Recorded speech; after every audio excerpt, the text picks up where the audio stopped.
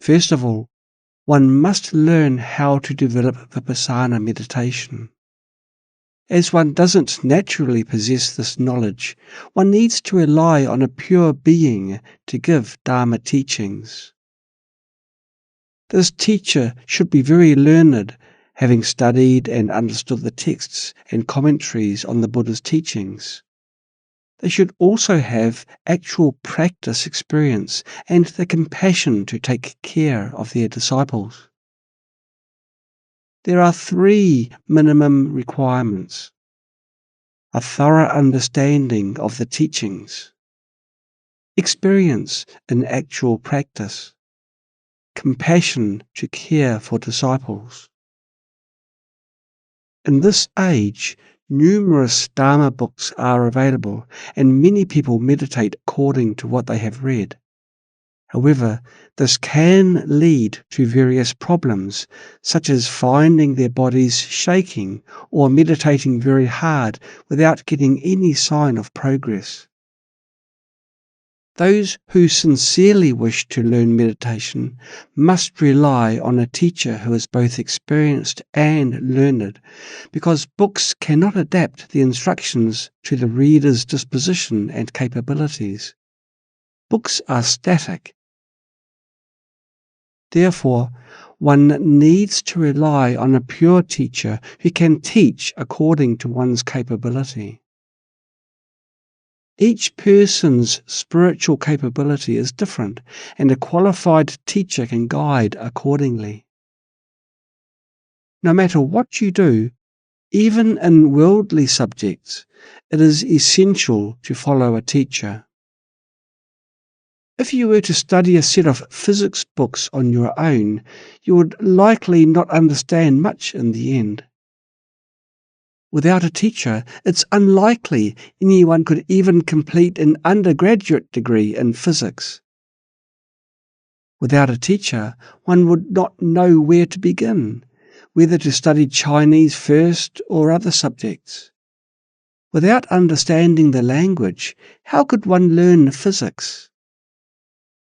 One also needs to learn some English and mathematics, which are the foundations for studying physics. In addition, one needs sufficient life experience. Without experience in daily life, it is impossible to understand physics or conduct experiments. Many experiments are carried out in everyday life, and such experiences are basic common sense for studying physics. The same applies to the Dharma. Where should one begin? How should one start learning? Without a teacher, it is impossible to begin Dharma practice. One would not know how to start by taking refuge in the 3 jewels, observing the 5 precepts, and practicing the 10 wholesome actions.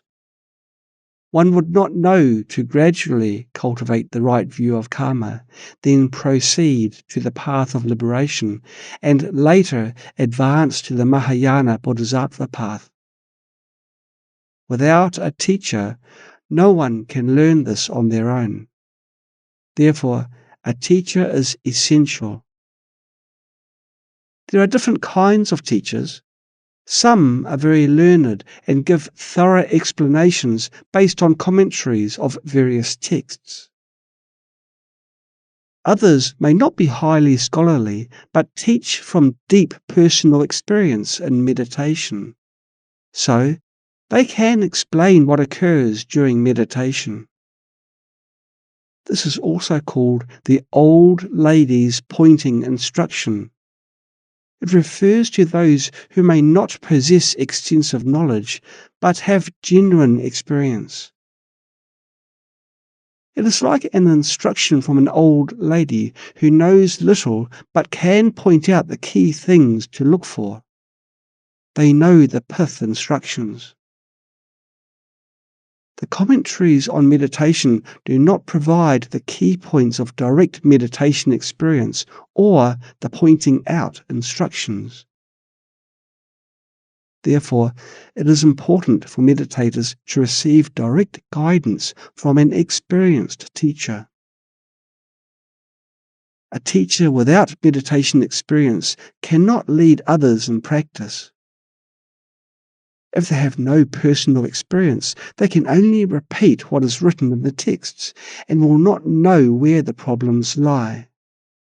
Thus, they cannot offer proper guidance. The benefits of relying on a genuine teacher do not come merely from being with and having conversations with them, but from receiving instructions that are beneficial to one's progress. A genuine teacher imparts the teachings of the Buddha or the experiences of bodhisattvas and accomplished masters, not teachings created by themselves. Therefore, the Dharma lineage is very important. Only when a teacher possesses a pure lineage of teachings that ultimately traces back to the Buddha and has actual experience can they inspire faith in their disciples. It is similar to science. The teachings must have a lineage, not be something they studied on their own. They also need to engage in actual practice to understand where to begin learning and cultivation. The most beneficial teachings are those that come from a pure or genuine text, that is, the teachings of the Buddha or the commentaries of great bodhisattvas and accomplished masters.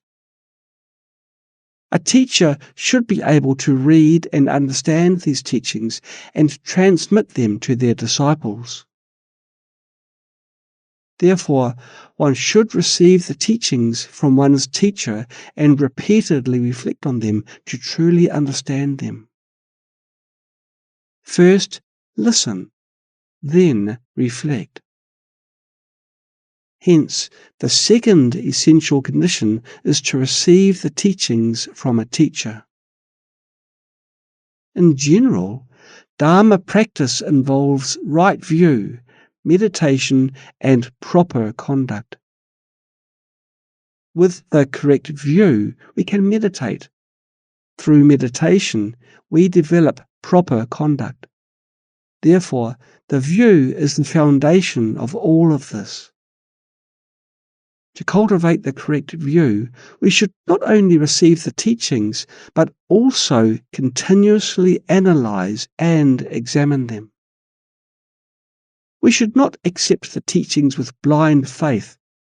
We must analyze and examine them to remove any uncertainty or doubt about whether the teachings transmitted by the teacher are correct and will guide us on the path.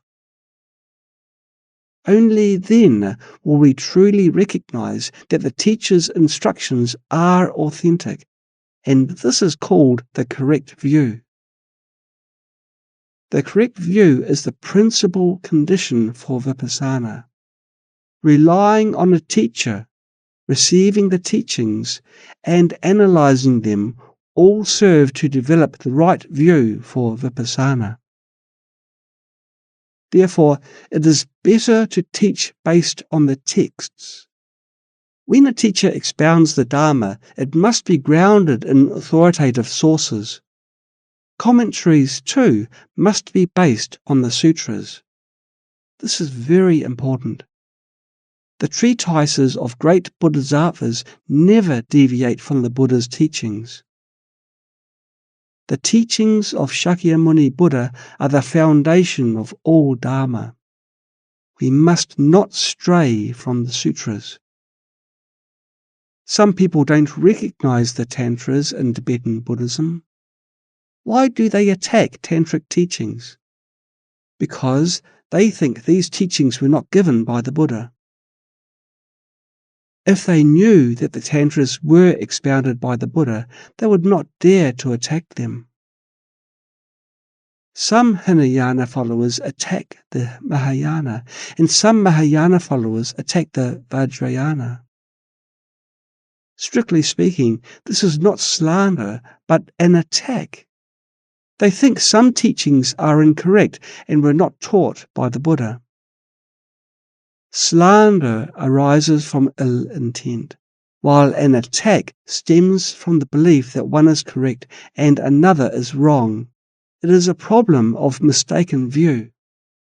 The negative karma of such actions is not that severe, as they are not driven by malice. Once such people are guided, they can change. Take the example of Vasubandhu, Asanga's younger brother.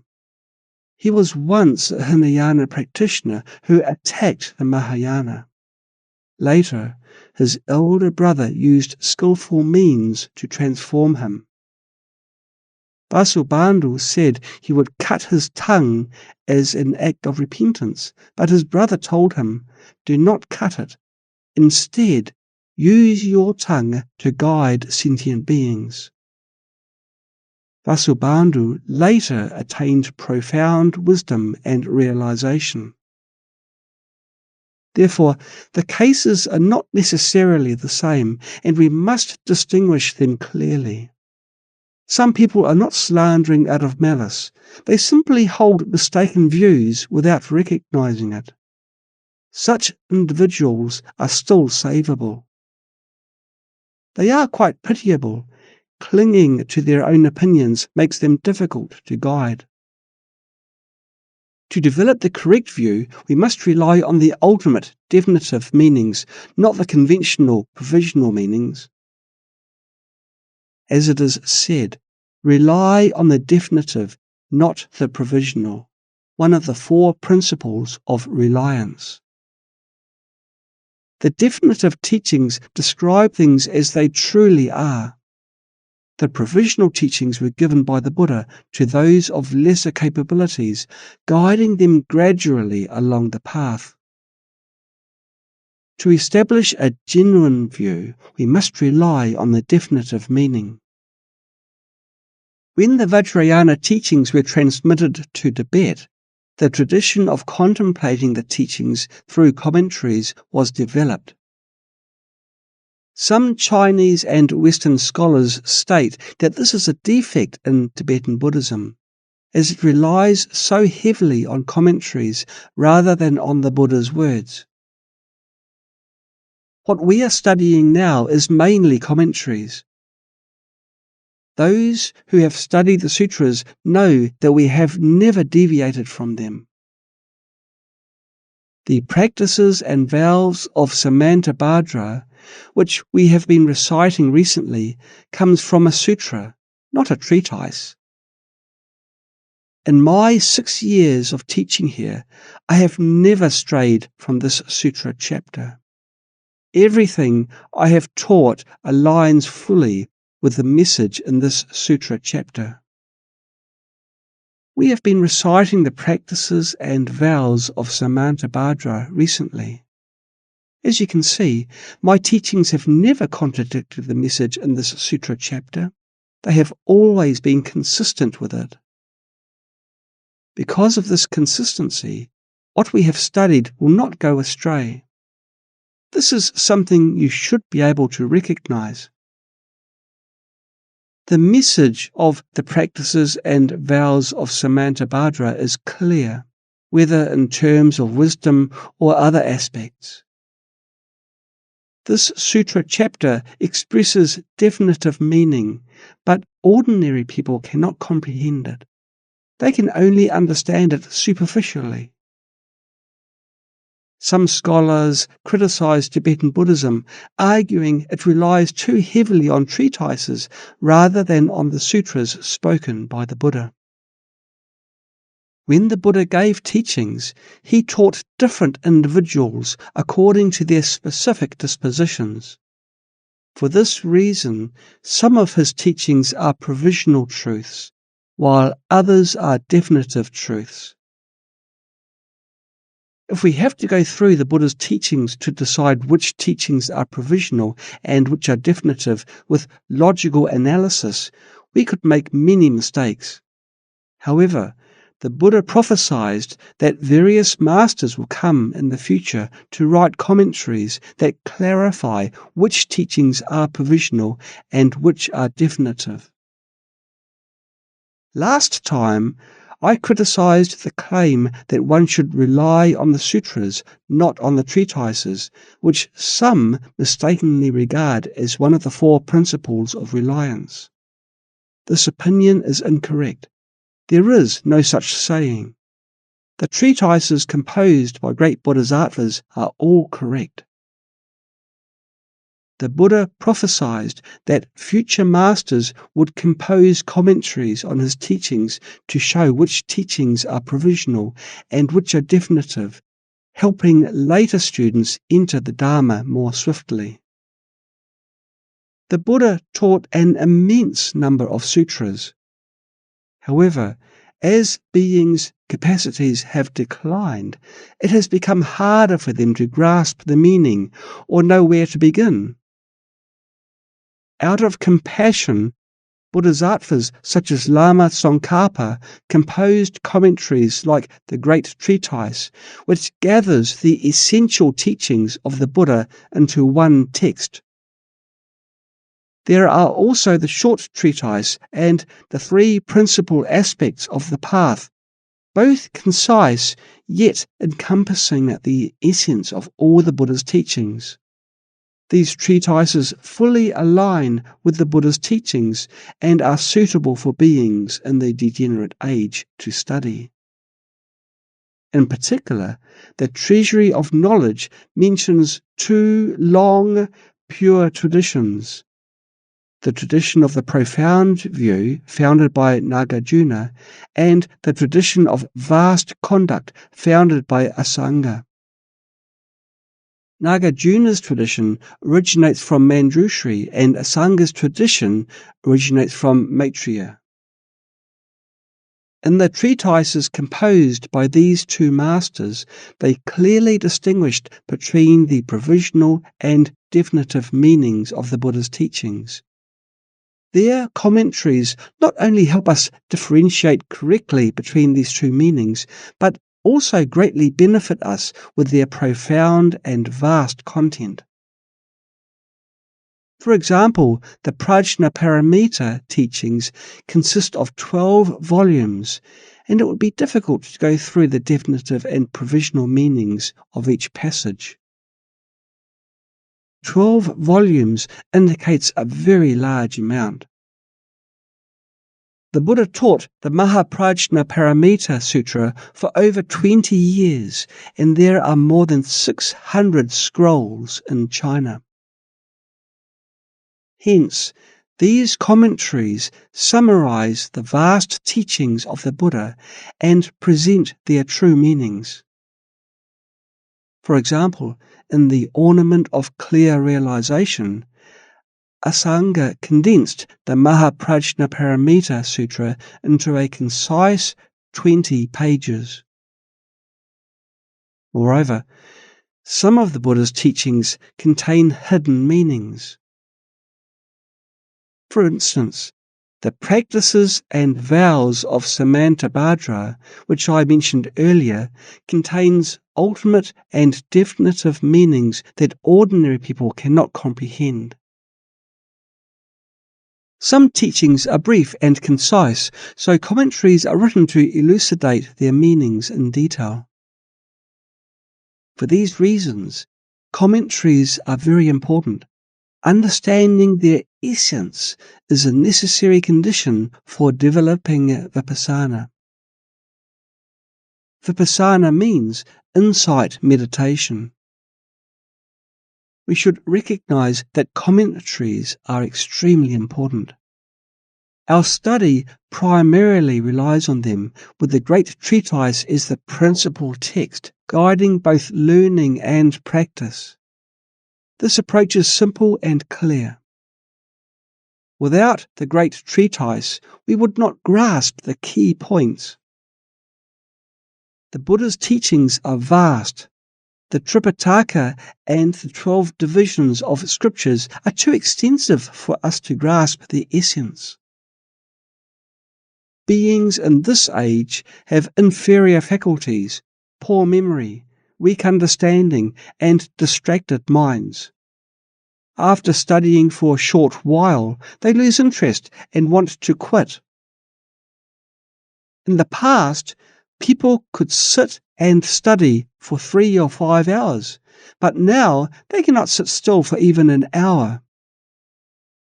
Moreover, people in the past had good memories, remembered what they learned, and progressed quickly. Today, people forget what they learned as soon as they step outside. How, then, can they study the vast teachings of the Buddha? Do you forget what you just learned as soon as you leave the classroom? Right after class, you might already forget it. So, think about how poor your faculties are. When asked to summarize right after the lecture, you don't know what to say or where to begin. Without the commentaries of the Bodhisattvas, how could people with such capacities study?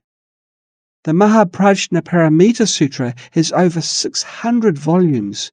Just try reading that. The Bodhisattvas condensed it into 260 characters for you to recite and find some joy. You may be able to recite it, but you don't know how to put it into practice. You are merely planting roots of virtue while reciting.